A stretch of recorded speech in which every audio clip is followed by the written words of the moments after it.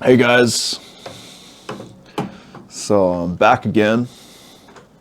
I arose with the dawn this morning. It's a beautiful time. It's a really beautiful time of the day, maybe the most beautiful. And it's very cold here, so everything was sparkling with the frost. And I was reminded of that old expression that all that glitters ain't gold. And I would add to it that when everything glitters, maybe it's very fucking cold. So I'm here again, and the reason I played that little ditty, one day I hope to make that into a beautiful song, but I'm still kind of ironing out the kinks, even just in that little intro, as you could probably hear. Got me thinking about technique, Immortal Technique, if you will. Carl Jung had a line, and I'm paraphrasing, but he said, the reason people can't seem to find God is that they're not willing to look low enough.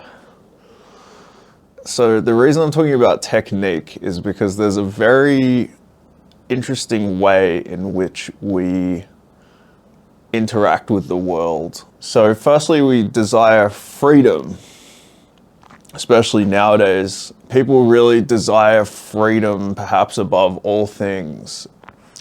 You know, this was famously an ideal of the New World, right, in the United States. Liberty, liberty for all, the Liberty Bell, the Statue of Liberty. You know, a gift from France to the United States, right? It was prized in just as much in mainland Europe.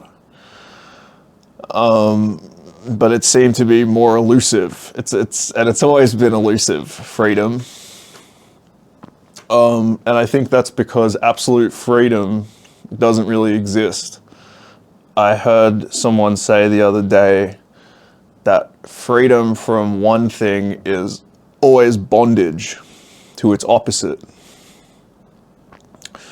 And as it pertains to technique, I think that's very true. It's interesting. There are ways to do things. There are, like when I played that thing on the guitar, there's really only one way to do that. To some degree, freedom dries up when you have to interact with the real world in particular ways. And it reveals that there is actually a right and a wrong way to do certain things. Or perhaps, put less moralistically, there's a specific way to do certain things. And I think that actually tells you something about the nature of reality. So there's the Tao, of course, which means the way. In Buddhism, there's the Eightfold Path. And in the Abrahamic religions, there is the law, right? I ran into a little Bible verse from the epistles. So this is a big part of the New Testament for people who don't know a lot about the Bible. There are quite a few letters that were written to people, I guess sort of exhortations, if you will, reflections on the nature of faith that were considered to be important enough to be included in the New Testament.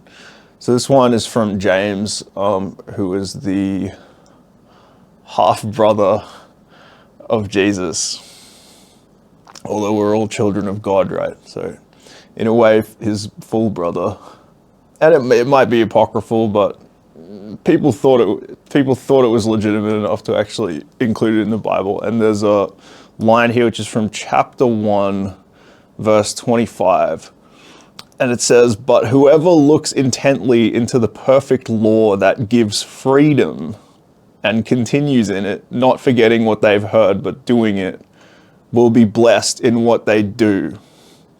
So interesting here, there's this, it's hard for us to get our head around.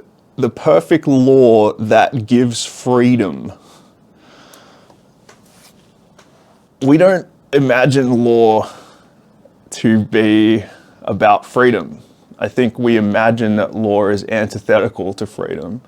And indeed, this is the vision of Hobbes' Leviathan. He was a He was deeply suspicious of human nature. He believed that humans were on some level wicked creatures, animalistic, and that they had to be controlled by a sovereign state with with sort of absolute power, right? Like a monopoly on violence, as Weber, I think, put it. So when we have this vision of the law, the law sort of tells you what to do and punishes you if you don't do it. And so we think, well, that is an encroachment on our freedom. And you still have this kind of idea floating around in the political imaginings of the world, right? Instinctively, I say like right wing, but I don't think it's that simple. You have kind of libertarianism, but you also have anarchism and the idea that the government should not be this overbearing thing, that it should be minimal. Its powers should be minimized so as to encroach minimally on the liberties of the individual. So, but you can see from this excerpt from James's epistle, the idea of law giving liberty. That's how I feel when I learn a technique on guitar. It is a law. It's a natural law, if you like. I can't play guitar without learning the technique, obeying the laws of guitar. And yet, in doing so, I become a more competent guitar player, right? So again, freedom from technique is bondage to a lack of technique.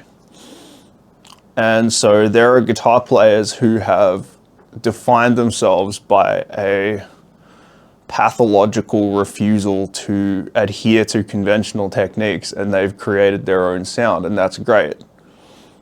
But they are in bondage to that sound, right? And the only way they could liberate themselves from that would be to enter into bondage into the opposite, which is through technique. And so I think this is where you have to come from when you're examining the idea of freedom in the law. This is what I consider the ultimate goal of philosophy and religion to be. It's not telling people what to do. It's showing people the best way to live in accordance with natural law. And it's only through a recognition of that we can actually become free insofar as genuine liberty exists in this universe. So yeah, I think that's about all I have to say about that. Let me know what you guys think about this.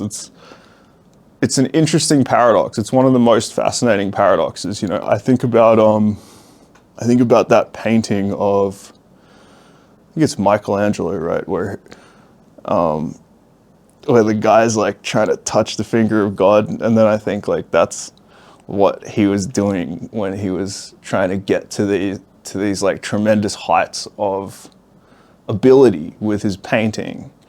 It's like through mastering the technique, he was coming closer and closer in touch with the divine mandate of sort of how one should paint, And I know that I'm well aware of, having studied art in the academy, that's an old-fashioned idea now. But nonetheless, I think that universally we have a reverence for an aesthetic which is a product of a profound dedication to an art form and a willingness to meet it in the middle, insofar as we're not simply doing whatever we feel like. We are truly expressing ourselves within the limitations that are presented to us by the physical laws of the world. Picasso is another person who it was said of him that he mastered his art form to such a degree that he then felt that he could move away from the conventions, but only really fully understanding them. It's kind of like you have to know the rules to bend the rules, right? And I feel like that's also kind of what a good lawyer does, maybe. You know, I've never, fortunately, had to really learn the difference between a good lawyer or a bad lawyer, but that's what I imagine. So anyway, I'll leave it there. Lots of love. I hope you guys are having a grand old time out there in the world. Try getting up with the dawn sometime if you haven't done it recently. I'm sure everyone already knows it's a jolly good thing. It's not easy, but the best things in life rarely are, as they say. Okie doke, until next time.